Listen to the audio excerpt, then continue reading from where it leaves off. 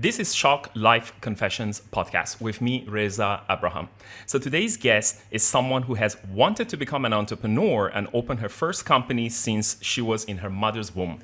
She started by selling friendship bracelets, wrote storybooks and rented them to the friends, made scrapbooks, sold them, and then later on eventually become the co-founder of FashionValet and the founder of Duck. In her free time, she also got a law degree at London School of Economics, LSE. So let's welcome Malaysian entrepreneur, TV personality, fashion icon, and author Vivy Yusof. Oh, thank you so much, Reza, Most for having welcome. me. Most welcome. Thank you. Thank you for being with us. It's really an honor to have you, and congratulations on your new book. Thank you. I'm an author now. Like, what? Like, how? So Yeah, it's not like writing a book is not as fun as people think. It's hard work. It's a lot of work. It takes longer than having a baby. Yeah. Oh, yes. Oh, for sure. And I have For four sure. of them. I would know. But yeah. Yeah. So reading your story simply was amazing. It was full of humor, inspiring, a lot of I personally loved it, and So you thought I was funny? it is, and we're gonna talk about that. Like, I'm so curious to know, like, where does that humor come from? Thank you. So we will get into that humorous part, the fun part of it as well. So, I think what you have projected in the book was pretty much maybe like half or less than a half of like what a life of an entrepreneur like. And so I want to ask you, the first question is this: so do you think leaders and entrepreneurs are born or are they made? Okay. Well, I actually wrote that in the book. I said that I think my personal belief is that entrepreneurs are born because there's just so much that an entrepreneur does, and you need to have that kind of hunger and that want and that grit to take on all of this. We are sometimes the HR people, the finance people, the culture people, the marketing people, everything. And we have to go out and get funds. We have to go out and face, the public. It's a lot, and not everyone wants that life. That's true. And it's fine, So I do think this is just an innate, desire that doesn't come naturally for everyone, So, yeah. That's true. So it reminds me of like one of the John C. Maxwell. So he used to always make fun of this question. He said, like, born does not mean like you're born from the mother's womb, Ready kind to of be that. yeah. So it's kind of like a giving birth to entrepreneurship within yourself. So it means that you have that desire and wanting that you want to become an entrepreneur. Yeah. And I can hear like you started actually with that too. So it means that you do have like that hunger that you want to become an entrepreneur. Right. But it's not to say that, you can't hone that, right? So people may be born with lots of skills, but if you don't pay attention to it, you don't nurture it, That's then true. it just dies there. Yeah. So I'm very thankful that my parents were always so encouraging with me wanting to sell stuff, like friendship bracelets. They were probably my first customers. That's true. It was Wow. probably really ugly, but they're like, yeah, okay, I'll pay money for that, I guess, So people around you also play such a crucial role in supporting your dreams, supporting your whatever it is that you want to achieve. That's true. So when you're looking at it, like, where does it come from? That entrepreneurship spirit in you, like, is it like from your mom's side, that side, or you just discover it within yourself? Definitely my dad. Your dad's side, So okay. he has his own business in development, and he started quite late. He started at like 40s. So he worked for the government for a while, and then in 40s he opted for early retirement, and he just wanted to do his own thing. So during my school holidays, I would work for him, receptionist, tea lady. Oh, nice. Pick up the phone, greet people when they come, and slowly I progressed. I followed him to meetings, and it just got really fun. Like, I loved This is like what age? high school. High school. Yeah. Because it's not being covered in the book. Yeah, I missed that. It's only 200 something pages.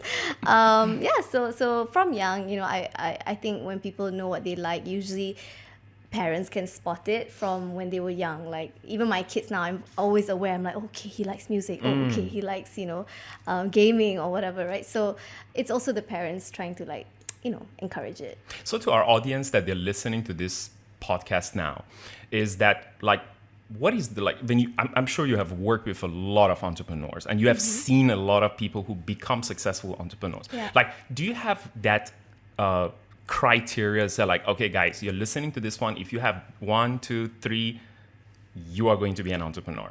Is like anything that you have found common? I think, okay, everyone's different. You know, we have introverted entrepreneurs, we have extroverted entrepreneurs, many, many different characters, right? But I'd say one thing that I find the commonality between all these entrepreneurs is courage. They're really brave. Yes. They will ask, they will stand up and ask for a meeting. They will do things that they're not comfortable with. They will go and ask for money to start the funds, you know. So I think courage is something I see in all entrepreneurs. So courage goes first one. Yeah, Okay. because, you know, when people are comfortable, it takes courage to come out of it. Is there anything else after you have the courage? Resilience. Resilience, okay. Yeah, because a lot of people, they only see the successful entrepreneurs. They only talk about the successful entrepreneurs. But along the way, they weren't built overnight. It's like decades of hard work, decades of being smashed down and like getting rejected and, you know, not knowing if you can pay salaries that month. You know, it's a lot of ups and downs, right? So that resilience of not wanting to give up, you know, that resilience of getting that rejection and just waking up the next morning and like, no, I can still go on. I still want to do this. That's, you know, that's a skill that you will definitely get over experience, you know, but it's a lot, you know. Of course, like growing FV as well, like there's so much, you know, down moments, you know, phases that were just not so beautiful, which I talked a lot about in the book. And had I, you know, just, okay, bye, not doing this anymore, it would be a shame because there's still so much that I want to do. That's true. That's true. So you have 4 children now. And, Last I counted. So which one of them... Is my favorite? No, I'm not going to ask that question. That's for people to find out, you know.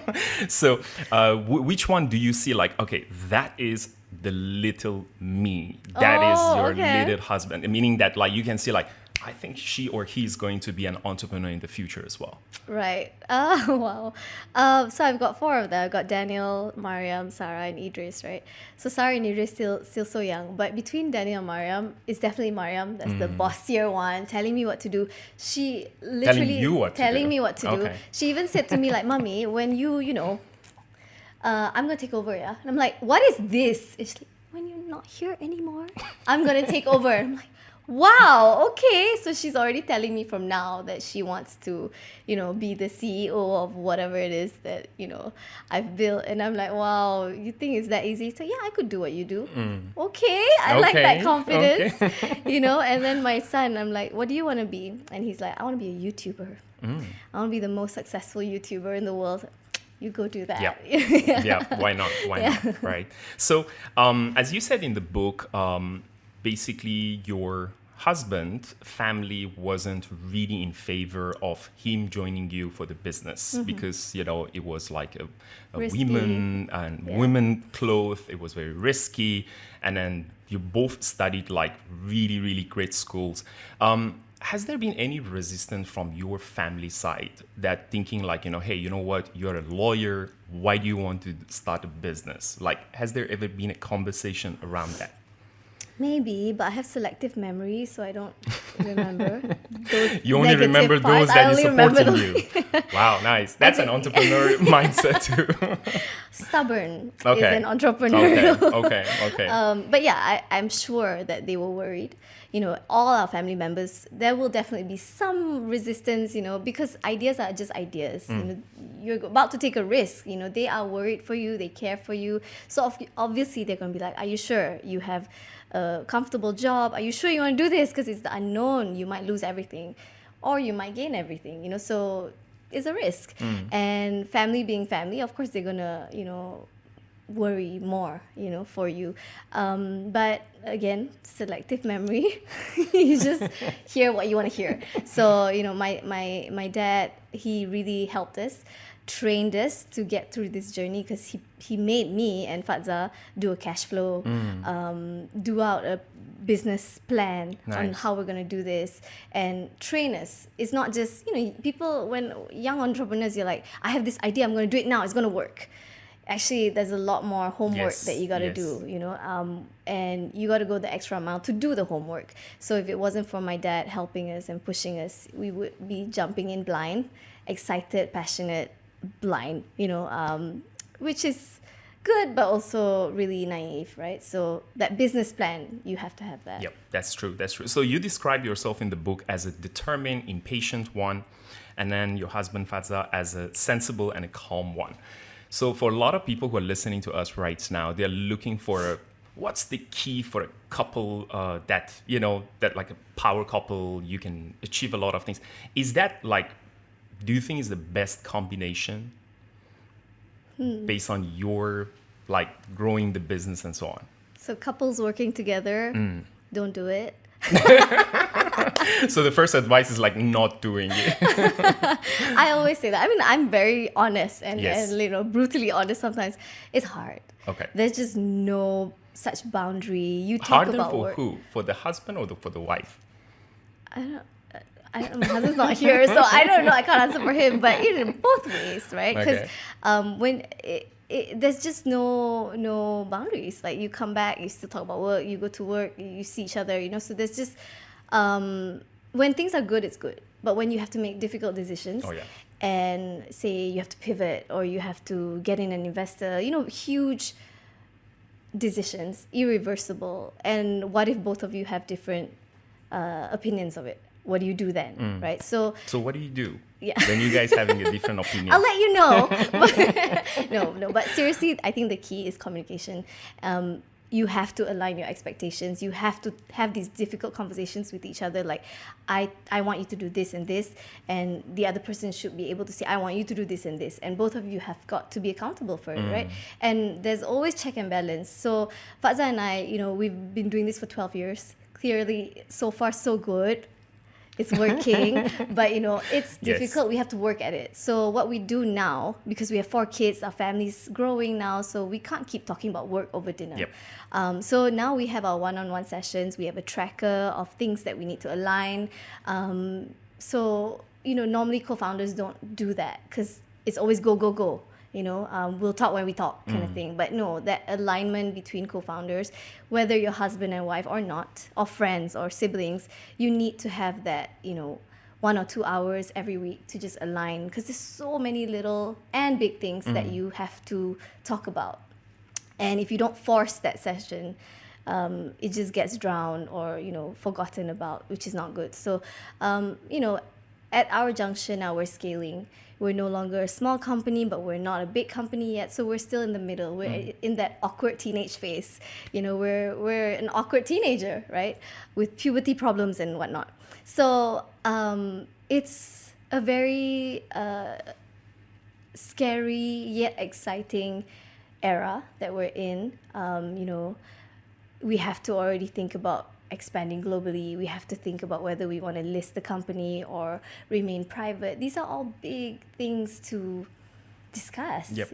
and there's no right or wrong. That's the difficult part. There's no right or wrong. It's just what you both want, right? And still, everything's unknown. Everything's a risk. So that's where we're at right now. Sure. So if I want to push you a little bit more on this question, is that, so let's say, for example, you want to have like a very crucial conversation with him, and he's going to be objecting. So what's your preparation look like? Like, if you want to give us like behind the scene preparation of like, okay, you're going to go and have that talk. So what do you prepare for? Like, everybody say like communication is very important. So what did you find that, okay, I've tried this, it works. So how will we do this? Okay, so I always try to do a little bit of homework about who I'm speaking to, who I'm negotiating with. So let's say right? it's Fadza. Okay, so he is a numbers guy. Okay. I already know it. So if I come in with my big idea and I'm like, I want to do this, I want to do that, let's go here, let's go there, he's just gonna look at me and just, okay, but probably walk out, because to him it's like a load of. He will walk out? Sometimes. Oh, wow. Very courageous. Now I see the entrepreneur in him too. Yeah. I mean, sometimes we're both very different. I'm the more creative side, and I have the big audacious dreams, whereas he has the number side, and the more data-driven side, which both, if married together, is very, very good, very powerful combination. So when I talk to him about my dreams or whatever, he's going to be like, how much is it going to cost? What are the returns? How do you know it's going to work? Show me some historical data that it worked the last time, all these things. So I hate doing all that. But I know that it's always a give and take, right? So he listens, I reciprocate, I also listen to him, and so we have to understand each other. That's nice. So preparation is the key. You can't just jump into a conversation. Yeah, and just fight for what you want. That's have true. to also know how the other person looks at it. So what are the qualities that you have evolved or you have changed in yourself compared to like Vivy in her like earliest years that you guys started the business? So how did you grow? Like, have you seen anything that has changed in you? I hope I've grown up. Have I grown up? For sure. I think I don't know. I mean, never had a Like, are you moment to more think about that. calm and composed compared to No. where you were? You're still the fiery one. Okay.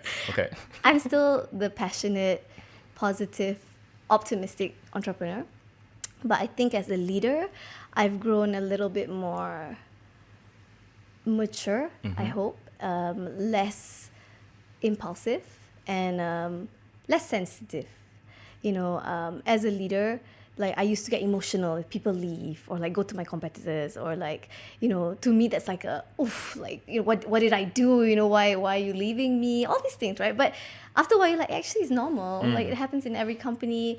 And so I've gotten so used to that. So now it no longer affects me the way it did before, and when we were a startup, it was so easy to be like all family. Yep. You basically you're a cult there. You guys we're like homies, where we stay back for each other. But now everyone has grown up and everybody has their families and other priorities that is no longer like before. So I think as a leader as well, like people have left, come and go, but I've been constant. So I've evolved through all these different eras of the FV group. And that's not easy as well, because as much as it's professional, you have to also work on your personal development, right? Yep. So what Fadza and I did for us and our leaders as well is we hired a developmental coach. So this coach helps all the leaders in our company like talk about issues and talk about how we're going to manage our teams. It's a very professional mindset coaching, right? So that has helped a lot for me to develop as a leader, because no one teaches entrepreneurs that. Yes. Like I just had a dream to sell tudong or sell Yeah. clothes, right? The other stuff, I don't know. It's my first time. Let's just go, without knowing anything. So as you go through, you're also learning, and you're not perfect. And every process, you're bound to make mistakes. But it's okay, because I've learned that mistakes don't kill you. So should people follow their dreams or their parents' dream?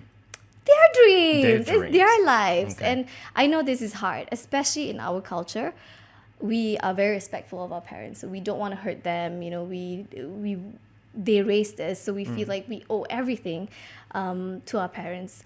And to a certain extent, of course, you want to listen to your parents, because they are giving advice, whether you want to take it or not. And they always go like, listen to me, like I know better, I've lived longer, all these things. I say that to my kids too. But at the end of the day, right, every parent just wants their kid to That's be true. happy and fulfilled. And I think you need to have that difficult conversation, or several conversations. Yep.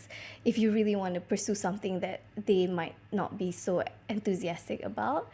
But at the end of the day, you have to live your life, because you're going to be the one living your life. Yes, you're in control of it. You have to be. You have to write your own script. Is this something that you are coming to this conclusion after being your success, or is it something that you believe in it even far before like your success? Me living my own life? During your parents' dream or your own dream? Because like there's a lot of people are listening to us and say like, I've tried to live my life. I wanted always to be in control of my life and career. So I started it, but I failed. And then my parents say, I told you so. So Ouch! so that's Okay. very painful to a lot of people, Okay, right? I see. So for you, is that something that value or that belief system is something that you thought about it was your belief since the beginning, or you come to this conclusion after your success? No, I've always believed in it. Even when I was young, my parents put me in boarding school in secondary, right, Form 1. And I just know that my character, you cannot confine me to a school. I cannot thrive. I feel stifled. I feel confined. I just don't like it. I want to see the world. Yeah. You cannot put me in a boarding school. And so I had so many things that I did. I said I have to go home because I have a headache, I have eczema, I have this, I have that. Just excuses, any excuses to go home, to go, out of this boarding school. And until my parents got headache, my warden also got headache, and they just had a conversation. They're like, should we just take her out of this school? So I will try anyway. So my parents said, look, this is a good school. You need to graduate from this school because it's a good school. I'm like, yeah, I know, but I can't.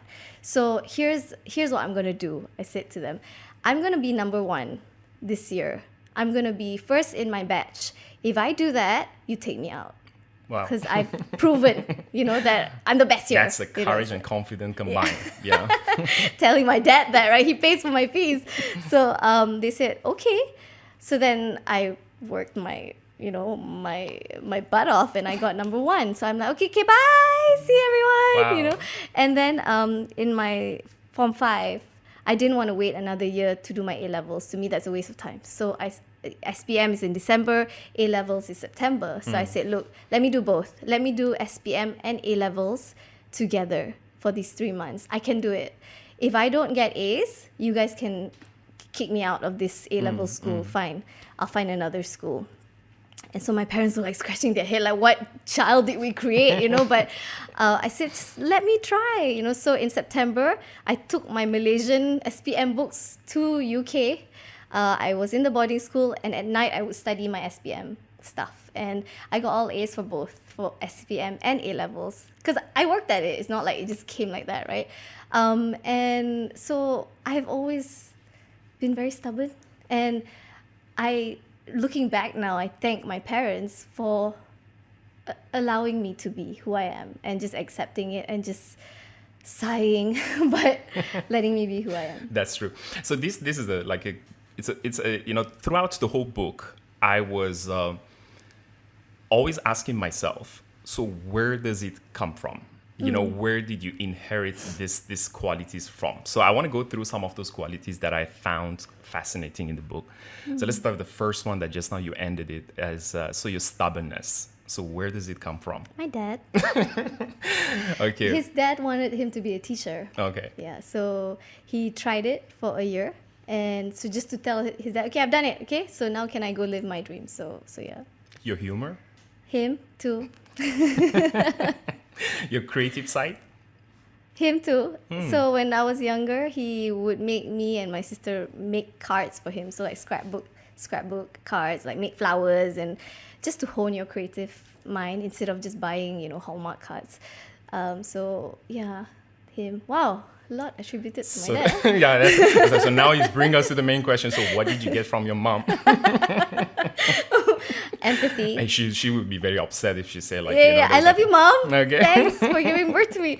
No, from my mom, definitely the opposite, the empathy side. Empathy. Yeah, because my dad's very ambitious. You gotta be confident. You gotta go up there and speak. You gotta he would make us order food in restaurants. He would just keep quiet. He would, as young children, right? So to us, it's really daunting to even ask for tissue, in a restaurant. But he would kind of train us from young. So the opposite is from my mom.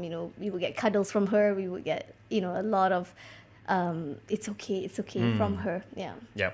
So I think that's important attribute as well, because sometimes, of course, in business, one side of it is like a business acumen, strategy, go. And then there is another side of the person that you need to be likable, empathy, and you really be able to connect to people. Yeah. And that is what we call it, they say humble, hungry, smart. So hungry is the one that is a go. And then the smart, they're not talking about intellectually smart. It's about a people are smart. It EQ. means yes. Okay. So it's how do you get along in a group? Yeah. So because as an entrepreneur, you can't grow if you don't only network. yes Yeah. if you're only like the only one who can do it. Right. So there are a few moments in the book that you spoke about losing control of your business, and also it was impacting your personal life as well.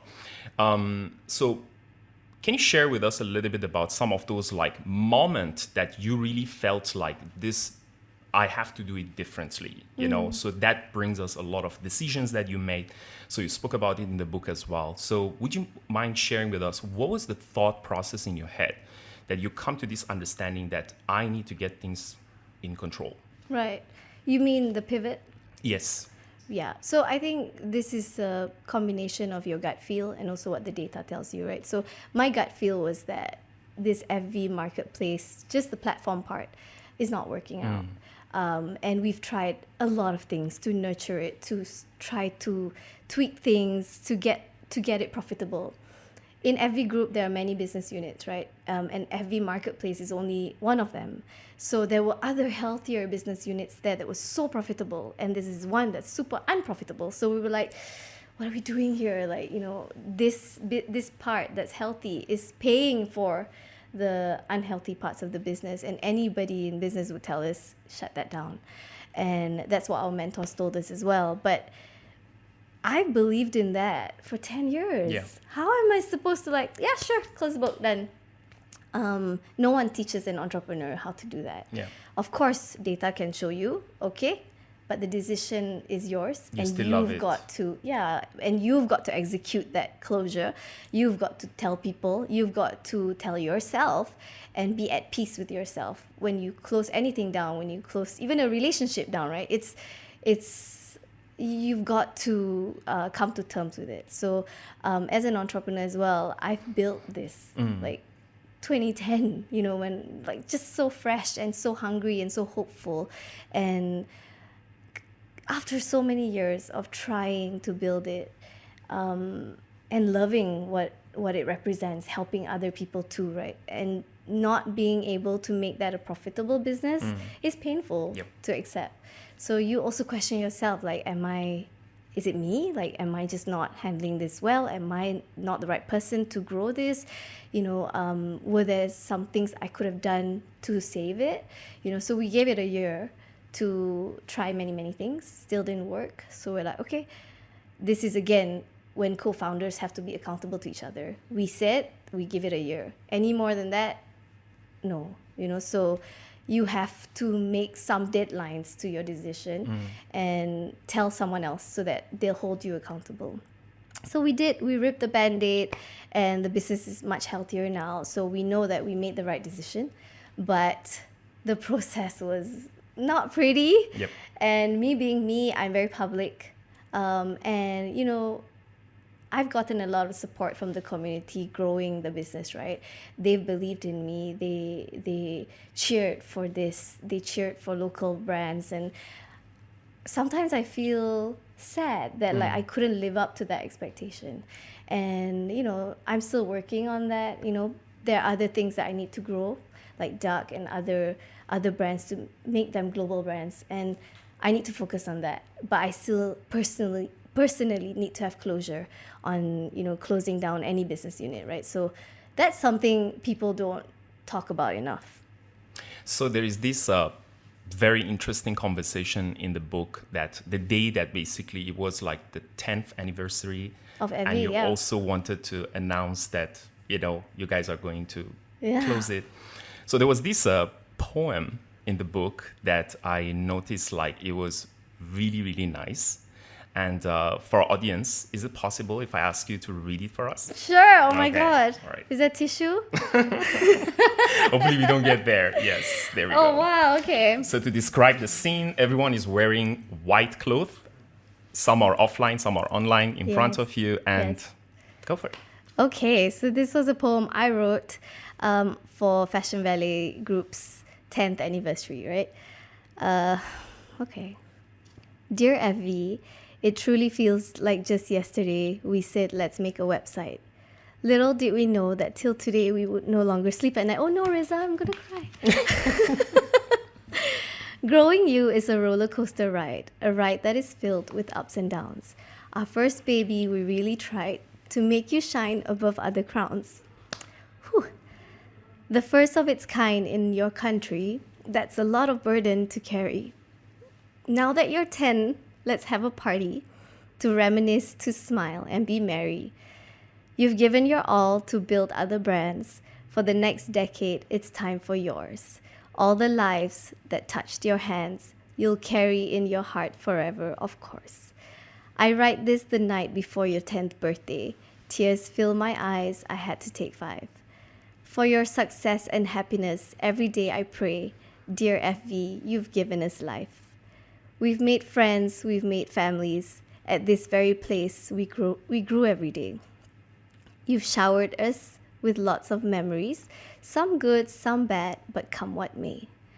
The next decade will march in strong. To the global stage, there's much to do. We'll fight our best to do you no wrong, for dear FV, we'll always believe in you. Oh my God! That was Thanks beautiful. a lot. That's beautiful. That's beautiful. Thank you very yeah, much. Nice. Thank you for sharing with us and giving us that feeling that It's like everybody you else. were there, my the Exactly, birthday. exactly. That's nice. So, like every other public figure, your life also has not been far from controversials and a lot of things that it's like some of them are beautiful, some of them are not very beautiful. Yeah. And so I'm sure you have a fair share of like love and hate here, so you love some of them, you hate some of them. You really don't understand like why people are like that, why they do that. So there are these people engaging with you. Yeah. You have done something great, and people can just look at you and praise you for what you have done, or at least learn something from you, right? Because it is not an easy journey to build a company. Everybody knows that. But instead of being intrigued with your success, so they go and heckle you and they try to write things like, oh, this is not her, and you know all those things. Yeah. So how often do you face that? And what do you do to build that resilience within yourself? Oh, wow. So I started out very public anyway. I started from being a blogger. So I guess I had a bit of practice of getting, some trolls or some bad comments and negativity since then. So it comes with experience, of course, but I never expected it to be so big and nasty, because whatever news that's good, okay, yeah, but whatever's that's bad, it's Yes. like, oh my God, retweet 10,000 times, let's make a petition for her, or like let's put this on news, like mainstream news picks it up and without any proof. That's the sad part, Yep. like it's just allegations or accusations that anyone can make, whether on Twitter, on TikTok, or whatever, right? And it gets blown out of proportion. And me being me, I don't like to fight on social media. I don't like to make things bigger than it is. And I don't know if that was a mistake or not, because by me not addressing it, it became something so much worse. And sometimes I wonder, should I have stopped that? But some incidents I did try. I did say like, I didn't do that, or like, here's some receipts to show you that that's total, lies. And I got bashed for that too, because they're like, don't be so defensive, just shut up. Yeah. And I'm like, what? I can't win here. Yeah. So I've learned, you can't win. So you have to take everything that comes with it. I have so much good coming out of being public, and also some bad, Yep. right? So anything you do comes with good and bad. Even in Islam, there's a verse, right? Verily with hardship comes ease. Verily with hardship there's ease. So they come together. Hardship comes with ease. There's nothing that's fully easy and nothing that's fully hard. It's a combination. Yeah. So when you accept that, you're like, okay, that's fine. It comes. As long as the good always outweighs the bad, Yep. then just focus on being grateful, because being public also meant that I could speak to my customers so much faster. I could sell out products, like thousands of products in a minute. That comes with me being public as well. So don't let the ugly in others kill the beauty in you, right? So don't let the ugly that maybe a group of people do kill the beauty that's so much bigger. Yes. We humans, we always focus on the bad. there can be 100 comments. Oh, this is so nice. One bad comment One that goes comment. like, I hate it. And you're like, Yeah. what? You know, and that becomes Yeah. your entire day about Yes. that one comment. So it's mindset. You know, that ability, that resilience to just not allow a small thing kill the beauty of a bigger thing. That's true. So, like, do you see that quality? Like, okay, what I mean is like when people make fun of, for example, some of the works that you guys have done, or I mean, it's not only you. Like, I was reading one article that people are. You spoke about Kardashians, for example, even in your book as well. And then, like, I was reading this article from Make It, and then so Kylie Jenner. She's just like in her 20s and she has made like $400 million in 20 months. Wow. And that is like very inspiring. And people go and make fun of her, so, but you don't see like people who are successful, or at least like they want to be very successful. They don't do that. Usually this attitude comes from those people who are just lazy. They don't want to do it. And then they want to like find ways to say like, oh, discounting even your quality as well. For sure. So do you see like successful people ever want to do that? I guess not publicly, I don't know, but I think you're absolutely right. Like a lot of people want it too. And maybe they're inspired too. But the inspiration quickly turns into hate. Yeah. Envy. Like how come she can do it? Oh, she must have contacts. Or like she doesn't even go to the office. Yes. What she probably got it handed down, and and with the Kardashians, they always go back to, oh, they're not self-made. They were already privileged to begin with and all this. So it's very sad to see, society always wanting to put people down.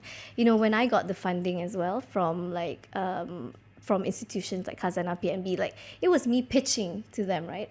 But every time, we make some achievements, it's always like, oh yeah lah, they have that investor money. And I'm like, yeah, but you can too. You can. Like you probably need to spend more time on yourself than hating on other people's achievements, So yeah, sometimes I wish people would see it as more inspirations for them to do something great for them. Yep. Yeah. So Abraham Lincoln, he has this very famous quote. He said, "I learn from everybody, even if it's what not to do." Okay. So I want to ask you some quick questions on like not to do things. Okay. So what are the things that you should never do or not to do in business? Oh, in business. Oh man, what, huh? I always focus on what to do, right? So it's like what not to do. So what people not to do in business? What not to do in business?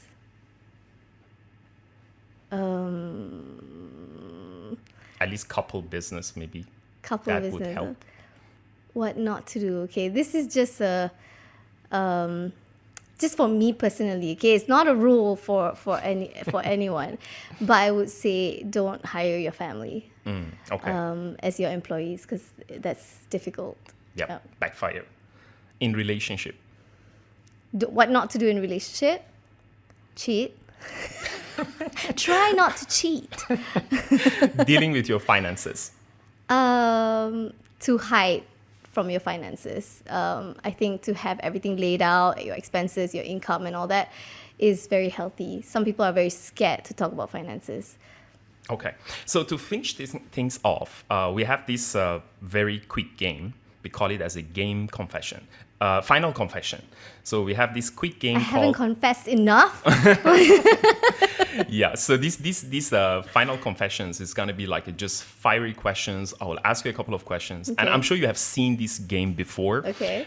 Which is like, they always ask you like between you and your husband. So which one do it like more or less, or... Me. Yeah, so I haven't come to the questions yet. So let's see. Okay. So between you and Fadza, who eats faster? Me. Who sleeps first? Him. Who handles kids better? Him. Who is the tidiest? Him. Who is the funniest? Me. Who does most of the cooking? Me. Who has the best handwriting? Me. Oh my God, have you seen his? Who is the best cook? Me. Okay. So who does the most cleaning? None of us. We live in a mess. Who is most likely to forget the birthday or anniversary? Me. Okay. Who is more generous with their money? Me. Okay. So, Vivy, thank you so much for being I love with you, us. Sayang. You're also very generous. So thank you so much for being with us. Thank you, It's really Reza. an honor to have you. It was very inspiring. Hopefully the guys get the book. It's really, really fun. Lots of funny hashtags, inspiring stories. Thank you. Thank you Yes, very much. so thanks very much for being with us. So guys, thank you so much for being with Life Confession Podcast. Till then, stay inspired and take care.